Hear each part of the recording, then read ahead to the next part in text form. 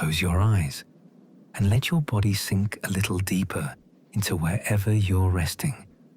There is nowhere else you need to be, nothing else you need to do. Just this voice and this quiet story carrying you gently towards sleep. Tonight, we're going to travel back in time, back nearly 700 years to a small village in medieval England. You don't need to remember any dates or any names. You only need to let the images drift through your mind, soft and slow, like smoke rising from a distant chimney. Let your breathing settle, in and out. There's no rush here. We have all night. Picture, if you like, a wide and gentle countryside, rolling hills, still dark under a sky just beginning to soften at its edges. The stars are fading, one by one, though a few still linger, faint and patient, above the tree line. The village rests at the bottom of a shallow valley, tucked beside a slow-moving river. The water isn't loud. It moves without hurry, the way water does when it has somewhere to be, but no reason to rush there. If you listen closely, you might hear it, a quiet, steady whisper beneath everything else. Around the village, simple homes are scattered along a dirt path. Their walls are made of wood and packed earth. Their roofs are thatched, layered thick with straw, sloping down low toward the ground. No lights burn in the windows yet. No smoke rises yet from the chimneys. The village, for now, is still asleep, just like you. Beyond the homes, fields stretch out in every direction. Long strips of land, some already turned dark and soft from ploughing, others still pale with the last of the season's stubble. In the half-light, it's hard to tell where the fields end and the mist begins. They blur together, grey and green and brown, folding gently into the horizon. The air is cool, cool in that particular way that early mornings are, before the sun has had any chance to warm the earth. If you were standing there, you might feel it settle softly against your skin, not cold enough to trouble you, just enough to make you glad of a blanket or a warm coat or the walls of a small home holding the night's chill outside. There is a stillness to this hour that is hard to find at any other point in the day, the kind of stillness that exists only in that narrow space between night and morning, when the world seems to be holding its breath, deciding whether or not it's ready to wake up. Somewhere far off, an owl calls once and then falls silent. You are not in any hurry to reach the village. Let's take our time getting there. Imagine yourself walking slowly along a narrow path, damp grass brushing against your ankles, the ground slightly uneven beneath your feet. There's no need to watch your step too carefully. Nothing here can hurry you, and nothing here can hurt you. You are simply passing through, an unseen visitor, drifting through a world that existed long before you and will go on existing long after. As you walk, the shapes of the village slowly become clearer. The low stone wall bordering the churchyard, the dark silhouette of a church tower, modest and square, its bell hanging silent for now. A scattering of small farm buildings, black shapes against the lightening sky. Somewhere nearby, an animal shifts in its sleep, a soft rustle of straw, and then quiet again. This village has no name that history remembers particularly well. It is, in that sense, much like thousands of other villages that once dotted the English countryside. Ordinary, unremarkable, and yet, for the people who lived here, it was the entire world. Their families were born here, worked here, and were buried in the small churchyard you just passed. few of them would ever travel more than a few miles from this place in their entire lives. Let that thought settle for a moment, slow and unhurried, the way everything tonight will settle. A whole life lived within sight of the same fields, the same river, the same church tower. There is something almost peaceful in that thought, even if the life itself, as we'll discover, was rarely easy. For now, though, nothing is required of you but rest. We are simply arriving, simply looking, simply letting the picture form, soft around the edges, undemanding, patient. The sky continues its slow shift from black to the deepest, dustiest blue. Somewhere beyond the hills, the sun is still gathering itself, in no rush either, and neither are we. Just breathe, and let the village rest a little longer in its stillness. Soon enough, it will begin to stir. But not yet. For now, everything is quiet, everything is still, and you can let yourself grow quiet and still along with it. Slowly, so slowly, you might almost miss it. The sky begins to change. The deep blue at the horizon softens into something paler. A thin line of gold, faint at first, traces itself along the tops of the distant hills. The stars, one after another, quietly disappear, dissolving into the brightening morning as though they were never there at all. And somewhere, from a wooden perch near one of the farmhouses, a rooster lifts his head and crows. It's a rough, ordinary sound. Not beautiful, exactly, but familiar. It carries across the still air, out over the fields, and fades into the hills. A moment later, from somewhere further off, another rooster answers. Then silence again, as if the village is deciding whether it's truly time to begin. It is. Little by little, the village stirs. Inside one of the small homes near the edge of the path, you might imagine a woman rising quietly from a bed of straw and woven blankets. She moves carefully, so as not to wake the children curled beside her. The floor beneath her feet is packed earth, cool and slightly uneven. She reaches for a shawl hanging near the door and wraps it around her shoulders against the morning chill. In the hearth, the embers from last night's fire still glow faintly beneath a layer of ash. She kneels, feeding in a little kindling, coaxing the flame gently back to life. The wood catches slowly. A thin curl of smoke rises, and then a little more, until finally it finds its way up through the hole in the roof, designed just for this purpose. Outside, if you were watching, you'd see that same thin ribbon of smoke drifting upward from one home, and then another and another, scattered across the village like slow grey threads, stitching the rooftops to the sky. The smell of that smoke is one of the first things you might notice. Wood smoke, faint and earthy, mixing with the damp morning air. It's not an unpleasant smell. If anything, it's a comforting one, a sign that somewhere nearby, a fire is being built and warmth is being made, however small.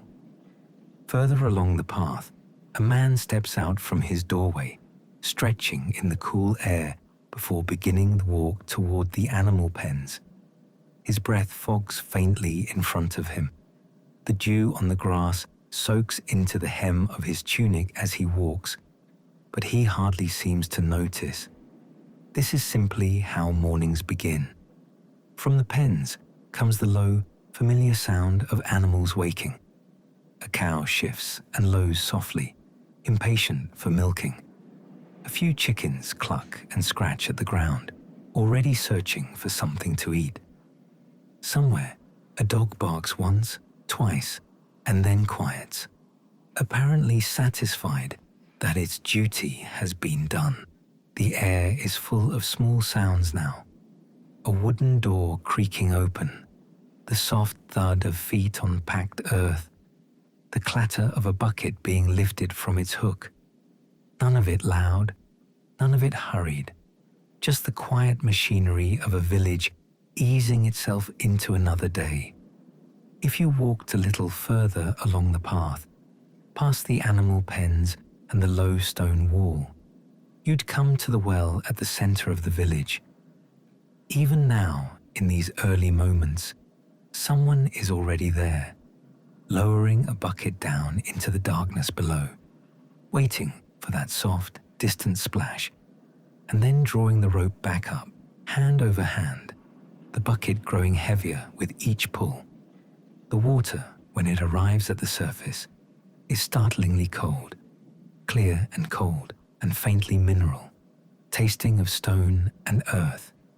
It will be carried back to the house in wooden pails, used for cooking, for washing, for the animals. Nothing here is wasted. Every drop has its purpose. Above the rooftops, the light continues to change.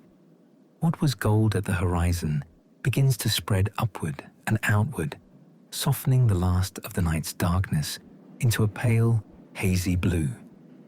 Birds begin to call from the hedgerows and the low branches of nearby trees.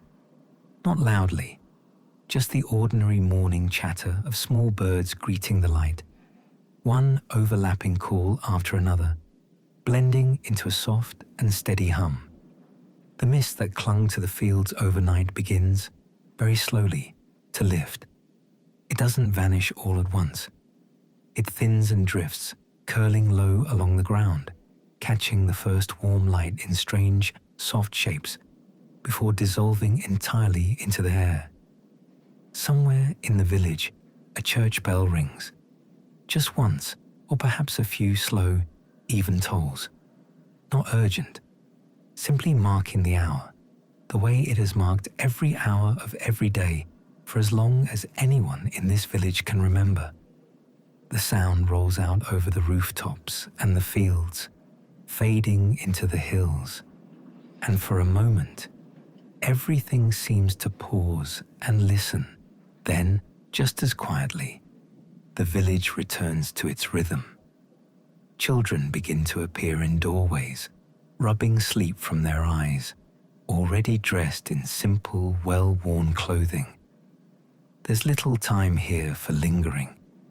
Even the youngest among them have small tasks waiting, fetching water, scattering feed for the chickens, gathering kindling for the fire. Play, if there is time for it at all, will come later, in whatever small gaps the day allows. The smell of the morning shifts again, mingling now with something new. Somewhere, bread is beginning to bake, or perhaps a thin porridge is warming over the fire, oats or barley simmering slowly in a blackened pot. It's a simple smell, slightly smoky, slightly earthy, not unlike the smoke itself. But after a long night, it's enough to make the morning feel a little more complete. Outside, the sky has fully brightened now, though the sun itself hasn't yet cleared the hills. The light is soft and even, the kind of light that makes the whole world look gentle, unfinished, still deciding what kind of day it will be. The village, though, has already decided. There is no question of what today will bring. It will bring the same things most days bring here. Work in the fields, tasks in the home, animals to tend, water to carry, food to prepare. The rhythm of this life was set long before anyone currently living here was born, and it will continue long after they're gone. There's something almost soothing in that thought, if you let yourself sit with it. A life with very little uncertainty in its shape, even if the details of each day might vary. Wake with the light. Work through the day. Rest when the light fades. Begin again. You don't need to hurry through this morning either. Let it unfold slowly around you, the way it's unfolding for the village. The smoke rising, the animals stirring. the soft murmur of voices beginning to fill the paths between the houses. Somewhere in the distance, the first cartwheels creak into motion, wooden and slow, making their way toward the fields. The day, quietly and without any fuss at all, has begun. And you, if you'd like, can let yourself sink a little further into rest, even as this small world around you wakes. Let's drift now into the ordinary hours of the day. Not the exciting parts, because there weren't many of those. Just the slow, steady rhythm of work that carried a village like this one, from morning until evening, day after day, season after season. There's something quietly restful about routine, even when the routine itself involves labor. When you already know what the day will ask of you, there's no need to wonder or worry about what comes next. You simply begin. For most families in this village, farming was the center of everything. The fields stretching out beyond the houses weren't just scenery, they were survival. Land here was usually divided into long, narrow strips, scattered across a few larger open fields shared among the villagers. A family might work several strips at once, some close to the village, others farther out, so that no one household had all the good land or all the poor land. It was, in its own quiet way, an early kind of fairness. The work itself changed with the seasons, but it never really stopped. In early spring, there was ploughing, turning the heavy soil with wooden ploughs pulled slowly by oxen. The plough would cut into the earth, and behind it, someone might walk with a bag of seed, scattering it by hand in slow, even movements, left, right, across the freshly turned ground. Later, there was weeding, bent over the rows for hours, fingers growing stiff and soil-stained. Then the long wait through summer, watching the sky, hoping for enough rain, but not too much.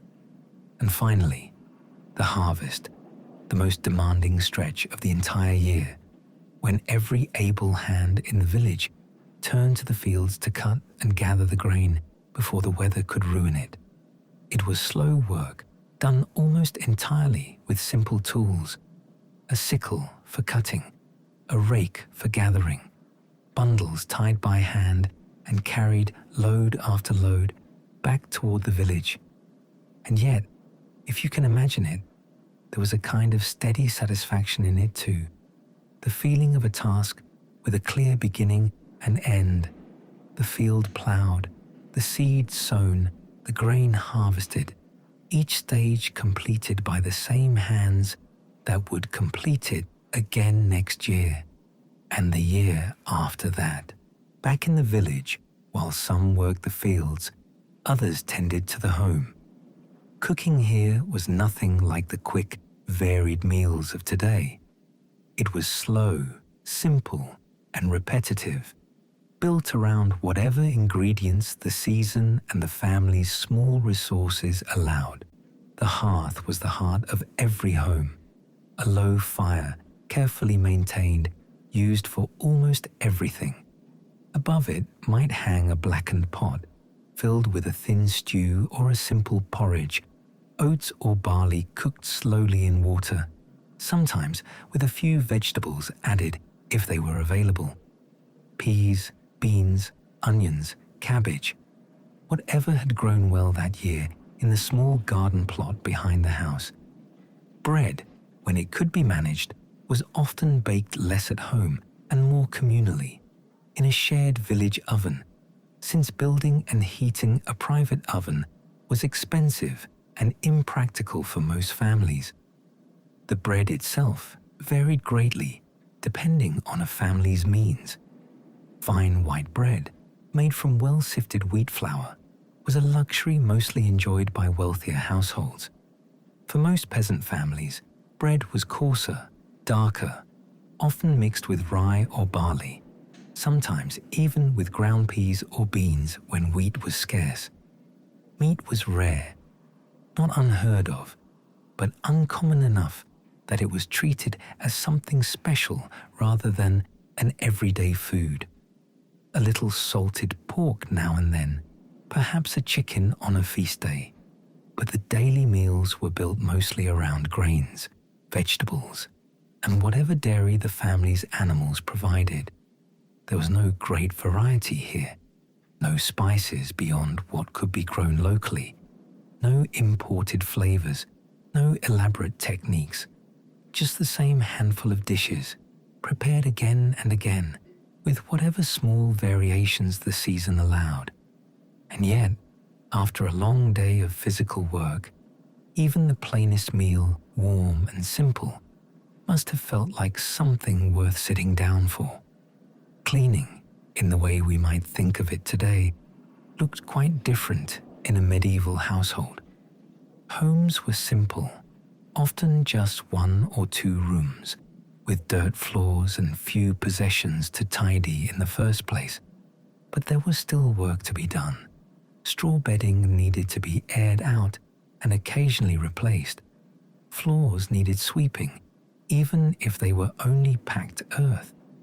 Clothing needed washing, usually down at the river or a nearby stream, scrubbed by hand against stones, wrung out, and laid over bushes or fences to dry in whatever sun the day offered. Water for washing had to be carried, bucket by bucket, from the well or the river, which meant that cleaning tasks were also, quite literally, tasks of labor and effort, not simply a quick turn of a tap. Even keeping a home reasonably tidy took real, physical work. Nothing here was effortless. Nothing here was fast. Beyond farming and household tasks, many villagers had additional skills or trades that filled the hours between planting and harvest. A blacksmith might spend his days at the forge, shaping tools and mending metal fittings, the rhythmic clang of hammer against iron becoming one more familiar sound, woven into the village's daily noise. A weaver might sit for hours at a loom, slowly turning wool into cloth, thread by careful thread. Some villagers owed labor directly to the local lord, a set number of days each week spent working his fields instead of their own, a system that shaped much of medieval peasant life and left even less time for rest. Others paid a portion of their own harvest as a kind of rent for the land they worked. Nearly everyone, regardless of trade, also cared for animals in some capacity. Chickens for eggs, a cow or goat for milk, perhaps pigs, left to forage in nearby woodland, fattening slowly through the autumn months before the colder season arrived. The work was constant, but it moved at a human pace. No machines to keep up with, no schedules beyond the rising and setting of the sun and the slow turning of the seasons. Travel, for most villagers, was rare and small in scale. A walk to a neighboring village for a market day, perhaps once a week or once a month. A journey to the nearest town, if one was needed, might take the better part of a day simply to arrive. Roads, if they could even be called that, were often little more than dirt paths, rutted and uneven, turning to mud after a heavy rain. Carts moved slowly along them, wooden wheels creaking and jolting over every stone and root. Most people traveled on foot, covering whatever distance was needed at a steady, unhurried walking pace, since few beyond the wealthier households owned a horse. There was no real sense of the wider world here, not in any immediate way.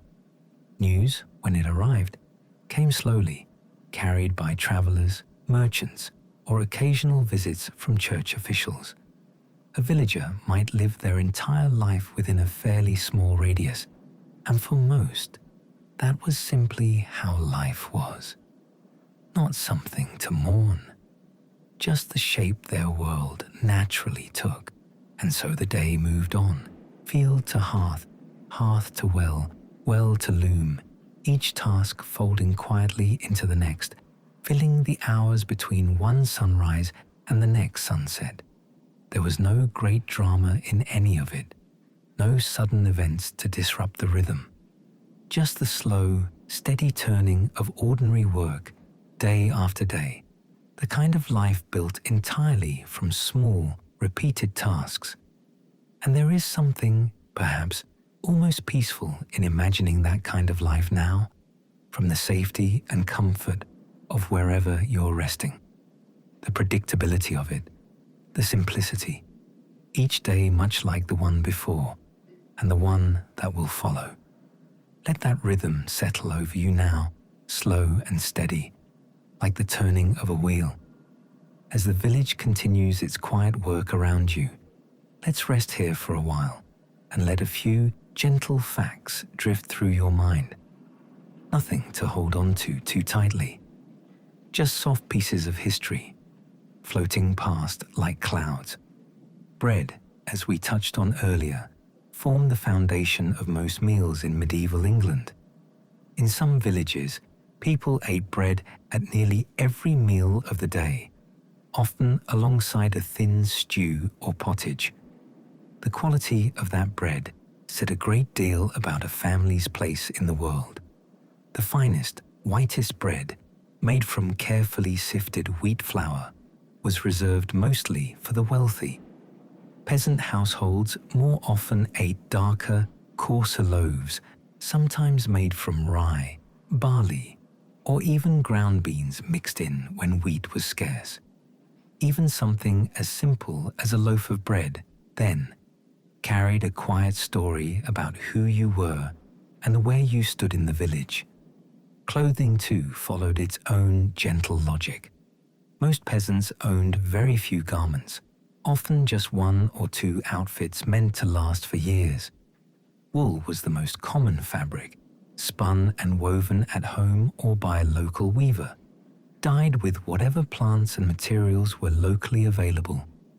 Bright, vivid colors were expensive to produce and mostly worn by the wealthy, so peasant clothing tended towards soft, muted tones, browns, grays, and faded greens, colors that blended quietly into the landscape around them.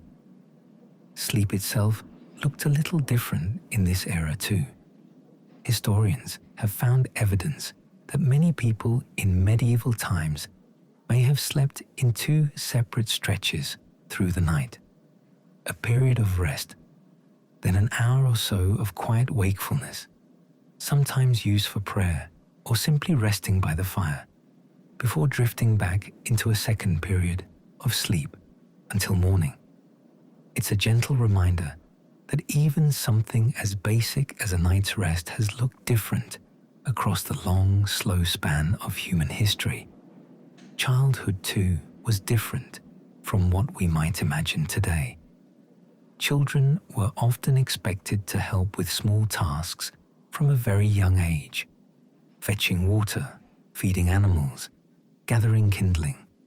Formal education was rare, especially in small villages, reserved mostly for boys from wealthier families or those destined for the clergy. Most children instead learned their family's trade simply by watching and helping, absorbing the rhythms of daily life the same way they might absorb a lullaby. Time itself was measured differently too. There were no clocks in most homes. Instead, the day was structured loosely around the position of the sun and the ringing of the church bells, which marked certain hours for prayer throughout the day. Villagers didn't think in terms of 9 o'clock or noon precisely. They thought in terms of dawn, midday, dusk, loose, flexible markers shaped by the natural movement of light across the sky. The village church itself was often the largest and most significant building in the entire community, far grander than any individual home. It served not only as a place of worship, but as a kind of communal center where major news was shared, where important gatherings took place, and where the rhythms of the religious calendar shaped much of daily and seasonal life. Feast days and holy days offered rare pauses in the endless cycle of labor, small pockets of rest and community woven into an otherwise demanding year. Medicine, at this time, was a strange blend of practical herbal knowledge and religious belief. Illnesses were often treated using a combination of herbal remedies passed down through generations, alongside prayer and sometimes small religious rituals. Local wise women or herbalists often held deep, practical knowledge of plants and their uses, knowledge gathered slowly over lifetimes and passed carefully from one generation to the next. Even something as ordinary as salt held real value in this world, used not just for flavoring food, but for preserving meat through the long winter months. Salt was an essential and sometimes costly resource, carefully rationed and used with real intention, rather than the casual abundance we might take for granted today. Animals, too, played a role beyond simple farm labor. Many villagers lived in extremely close proximity to their animals, sometimes sharing living space with them during the coldest months of winter, the warmth of a cow or a few pigs helping to keep a small home just slightly warmer through the night. There's something oddly soothing, perhaps, in imagining that closeness, human and animal alike, huddled together against the cold, sharing warmth and shelter through the darkest, quietest hours of winter. Let these small facts settle now, gently, like scattered seeds drifting down into soft soil. You don't need to remember any of them. Just let them pass through your mind, one after another, slow and unhurried, the way the village itself moved through each of its long, ordinary days. And as they settle, let your own body settle too, a little heavier, a little softer, sinking further into rest. Life in a village like this one, of course, was not without its difficulties. We can look at these gently now, without any need for alarm, simply as facts of a different time, spoken softly, the way you might speak about something long past and far away. Illness was a fairly constant presence in medieval life. Medical knowledge was limited, and many conditions that are easily treated today, a minor infection, a broken bone, a bout of fever, often became far more serious concerns. Villagers relied heavily on herbal remedies and practical experience passed down through families, along with a good deal of faith and prayer. There were no hospitals nearby, no trained physicians in most small villages. Care mostly came from within the community itself, from those who had learned, through years of careful observation, which plants might ease a fever or calm an upset stomach. Without a clear understanding of how illness spread, outbreaks of disease could move quickly through a village, and recovery, when it came, often depended as much on a person's overall strength and circumstances as on any particular treatment. It was simply an accepted, quiet reality of the time, something everyone understood and, in their own way, learned to live alongside. Taxes and dues were another steady weight on daily life. Villagers often owed a portion of their harvest or a set amount of labor to the local lord who held the land. Some also owed dues to the church, a tithe, typically a tenth of what they produced, set aside each year. These obligations weren't negotiable, and they didn't pause for a difficult season or a smaller harvest.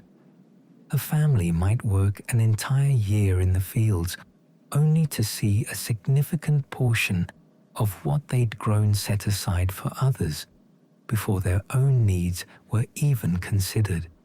It was, in its own way, simply the structure of the world they lived in. Not something most people questioned or resisted, but something woven so deeply into daily life that it was accepted much the way we might accept the changing of the seasons. Weather, too, held enormous influence over village life in ways that are easy to overlook today. A wet spring could delay planting. A dry summer could shrink a harvest before it even had the chance to properly grow. An early frost could damage crops still ripening in the fields. Since so much of daily survival depended directly on what the land could produce that year, the weather wasn't simply background conversation. It was, quite often, the difference between a comfortable winter and a very difficult one. Villagers watched the sky carefully, noted patterns, and passed down whatever small wisdom they'd gathered about signs of coming rain or early cold. But ultimately, there was only so much anyone could do. The weather moved as it pleased, and the village simply had to adjust and endure alongside it.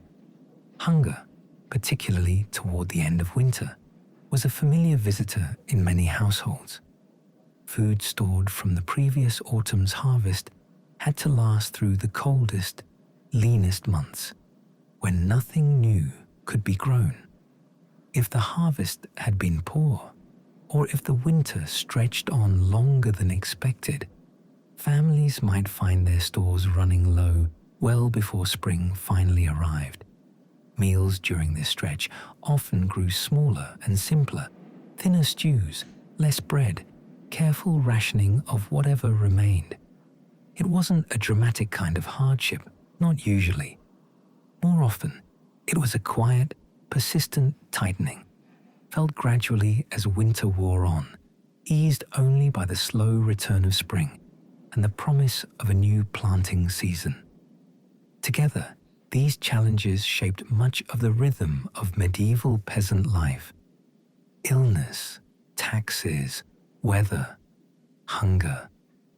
Each one a steady, familiar pressure, rarely dramatic in any single moment, but woven consistently through the background of daily survival. And yet, life continued. Fields were planted again each spring, meals were prepared each evening, children were raised, and homes were kept, and the village endured, season after season, generation after generation, each family finding whatever small measures of comfort and stability they could within a world that offered very little certainty.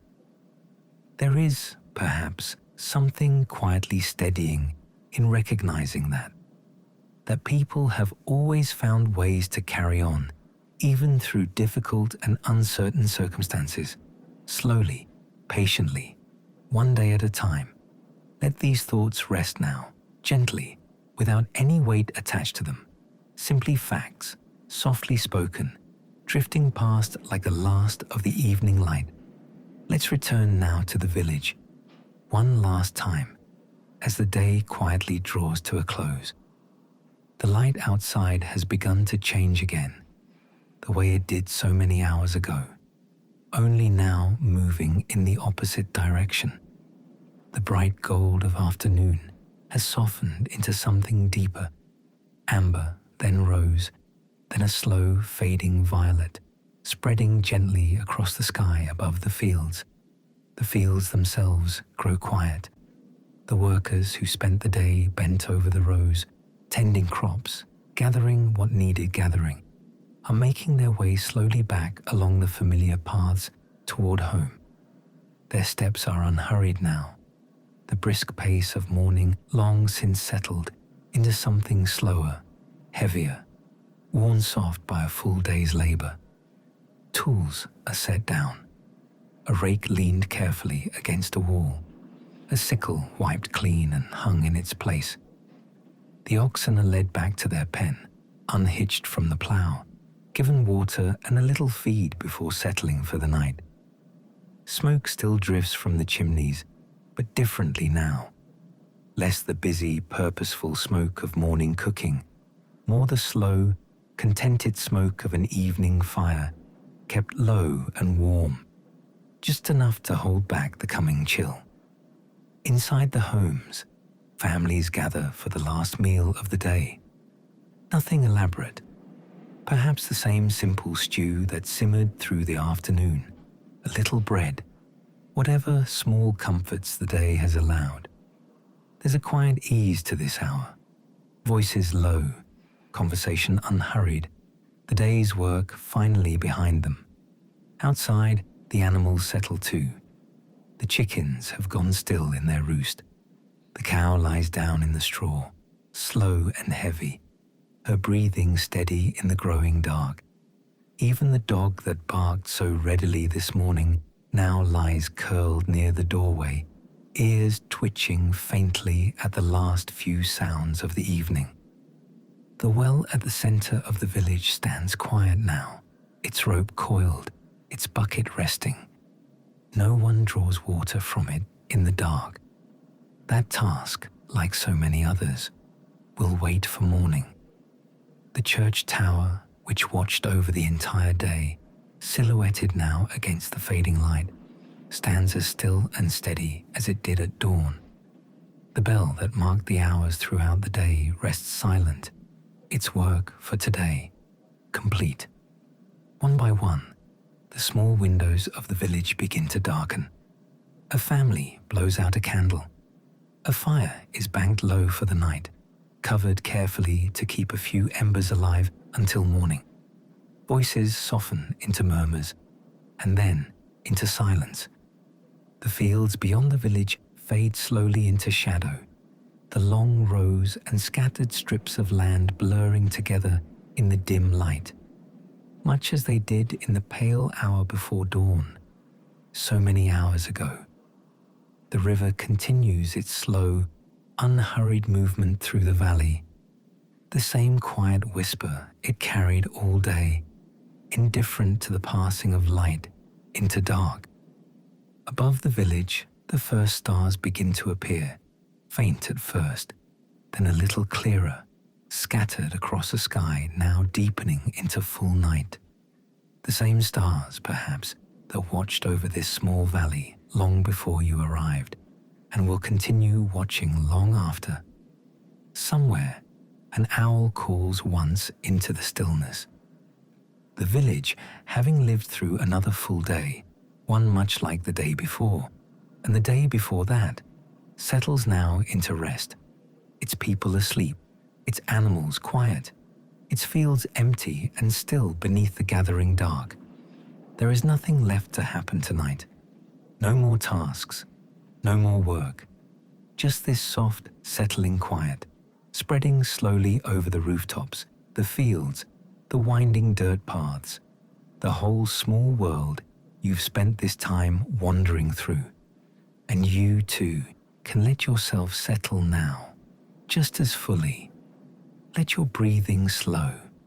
Let your body grow heavy and still. There's nowhere else you need to be, and nothing else you need to do. The village sleeps, and so, gently, can you?